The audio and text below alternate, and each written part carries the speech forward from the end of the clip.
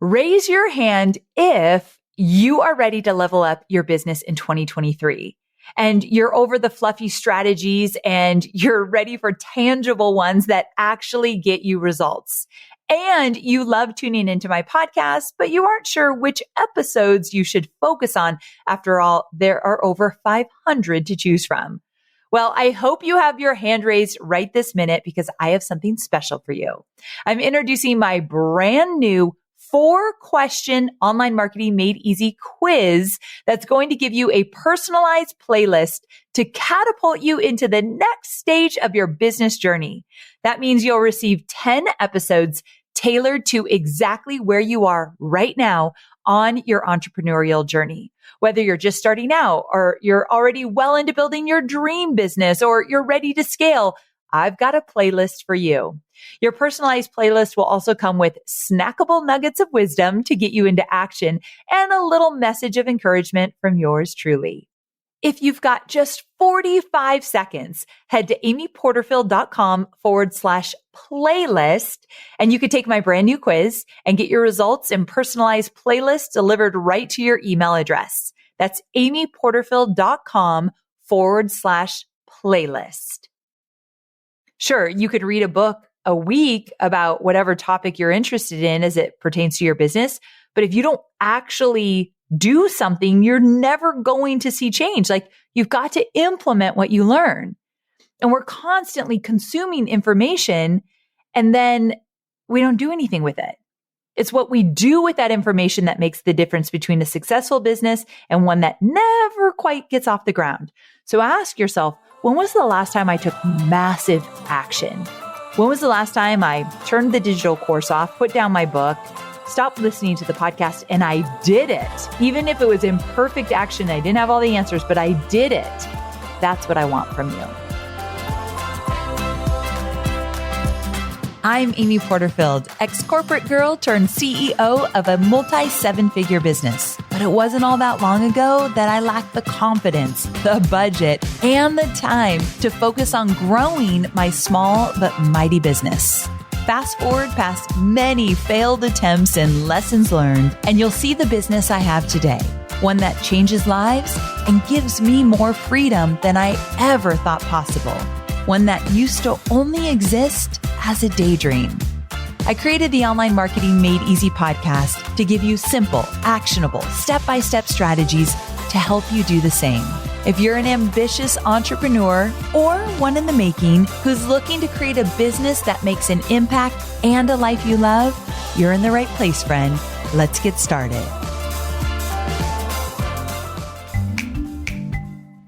I've got a podcast recommendation for you. I mean, beyond Online Marketing Made Easy. If you love this podcast, you're going to love the podcast by Scott D. Clary. It's called Success Story.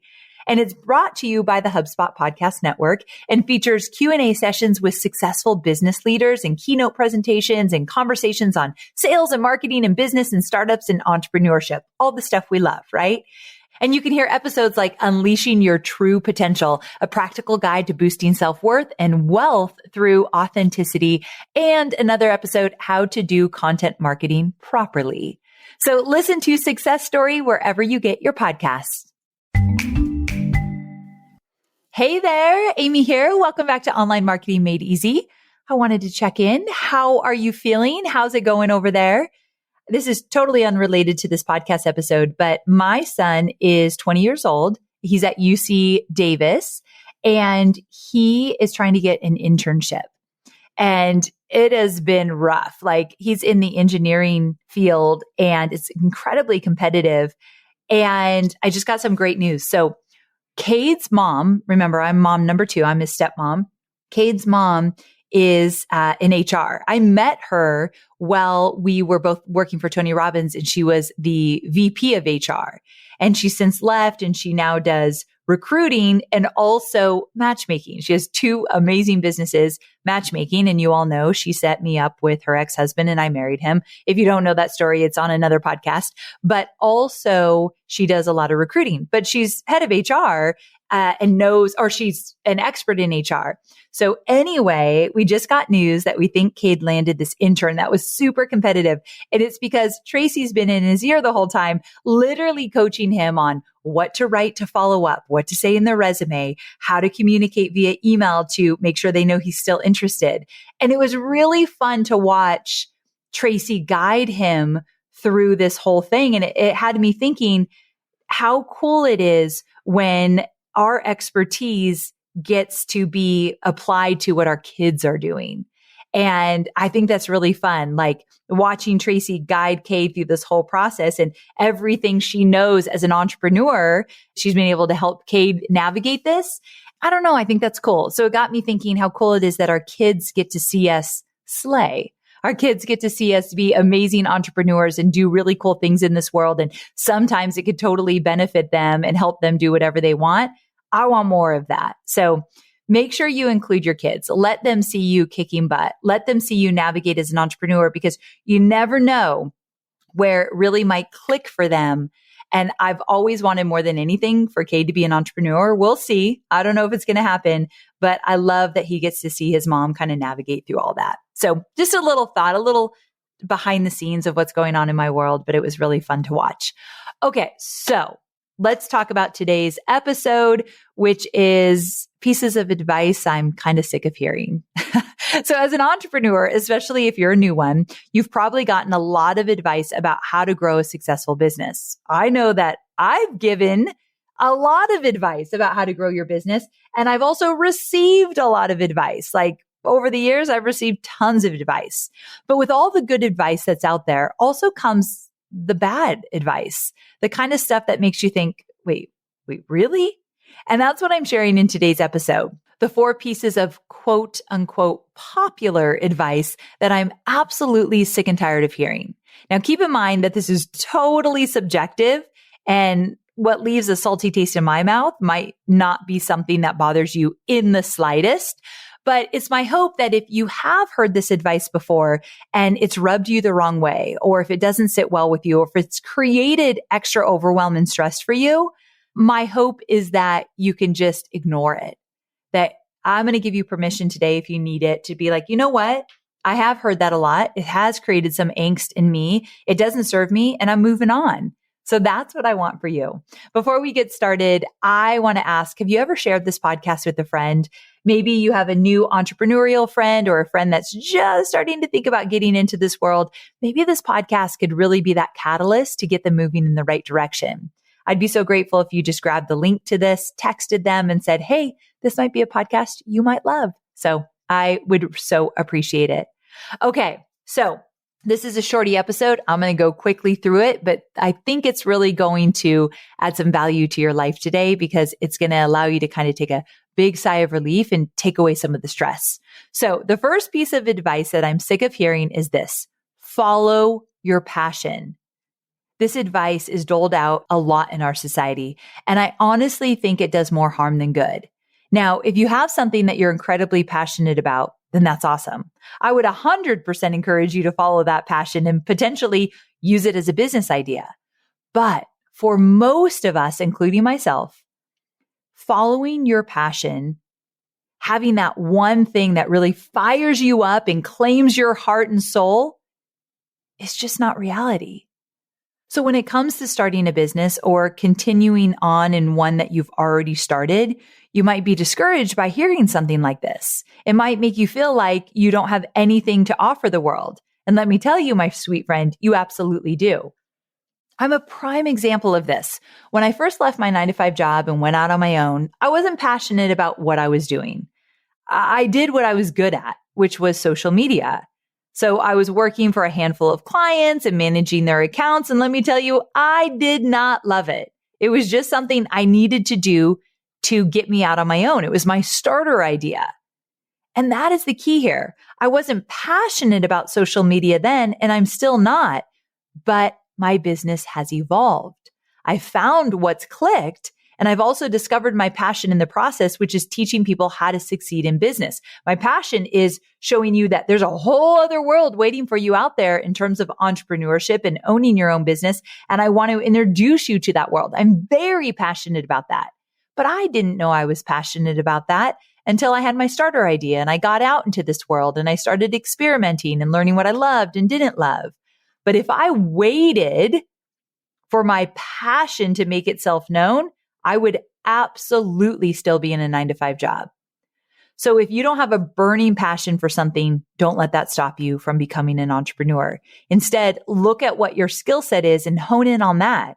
Maybe it's not something you love, but it might make you money right now, help you to achieve that freedom you're looking for, and eventually lead you to something that fires you up.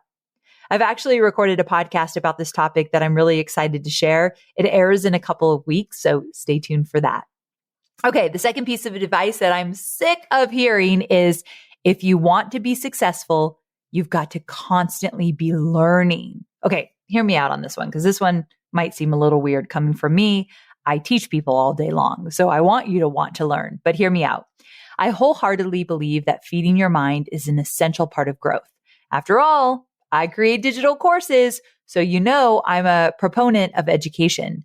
But the thing is, consuming a ton of content without taking dedicated action is not going to get you anywhere.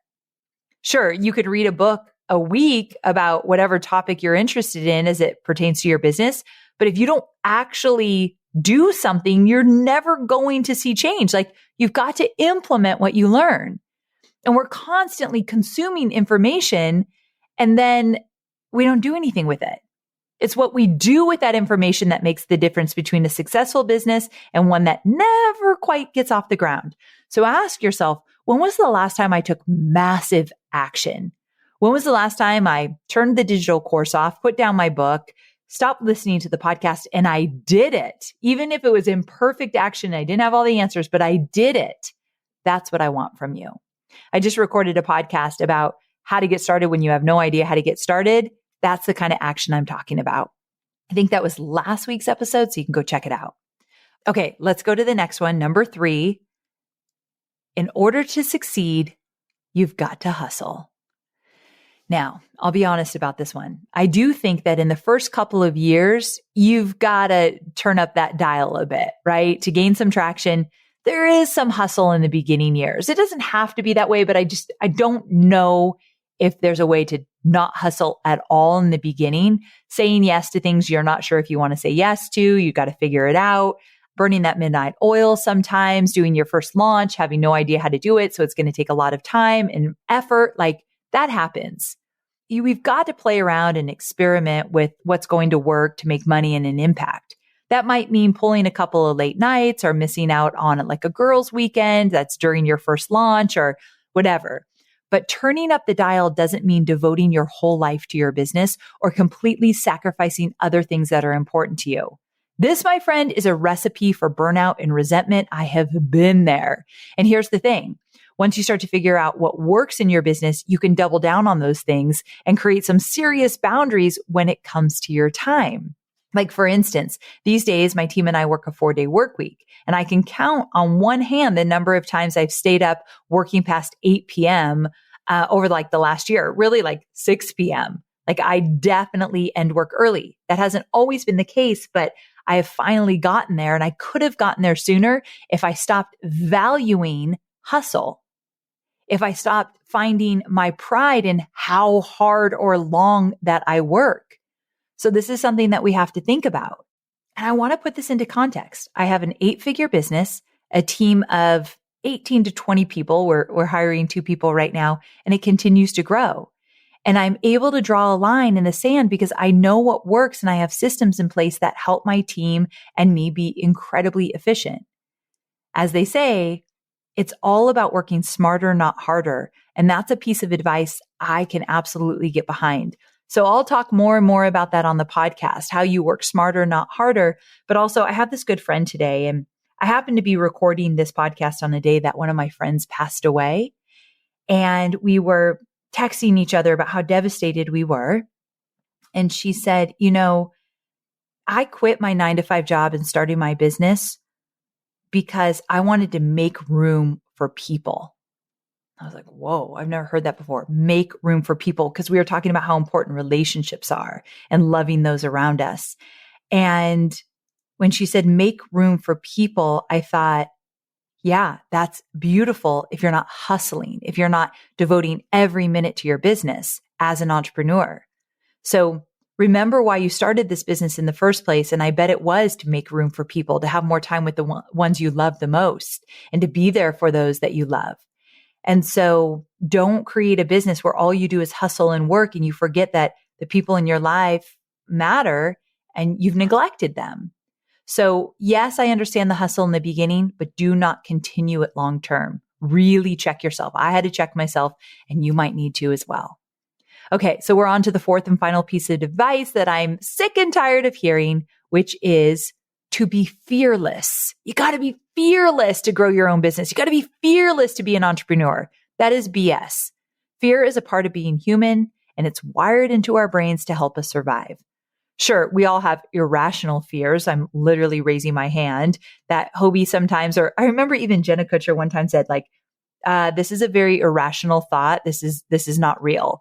She called me out on it. Hobie calls me out on it a lot. So like, yeah, there's a place for irrational fears that we need to, again, check ourselves. But we also have rational fears that we absolutely should listen to. For instance, say you're hesitant to quit your full-time job to start your own business because you're afraid you won't be able to pay the bills. That is very rational, my friend.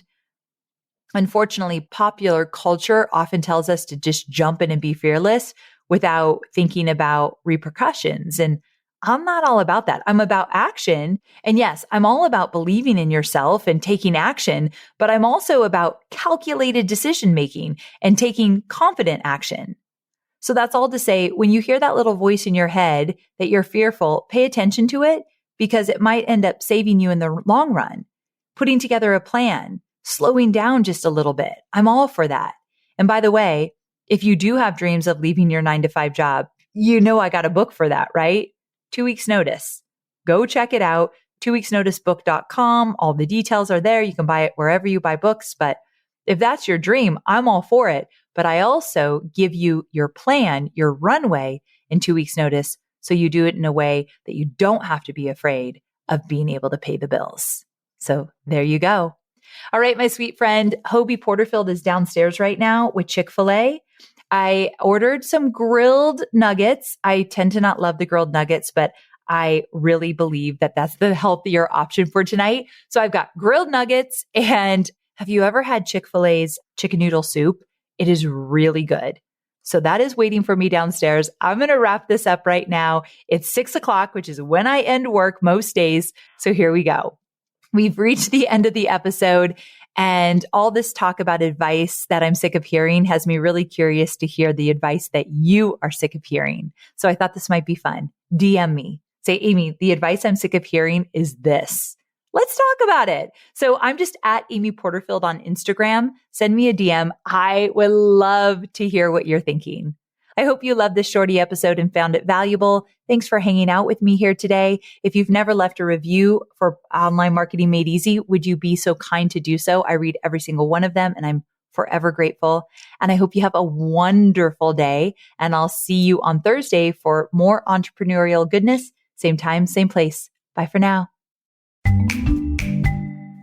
Listen, it's time to get out of those spreadsheets. I hope that's music to your ears. With HubSpot CRM or Customer Relationship Management Platform, you'll have real-time data at your fingertips so your teams can stay in sync across the customer journey. You can build better content, generate more conversions, and get the context you need to create remarkable experiences at scale, all from one powerful platform. That's why more than 150,000 companies use HubSpot, including mine, to run their businesses better. Plus, HubSpot's user-friendly interface sets you up for success from day one, so you can spend less time managing software and more time on what matters, your customers. There's no better time to get organized, so get started for free at HubSpot.com today.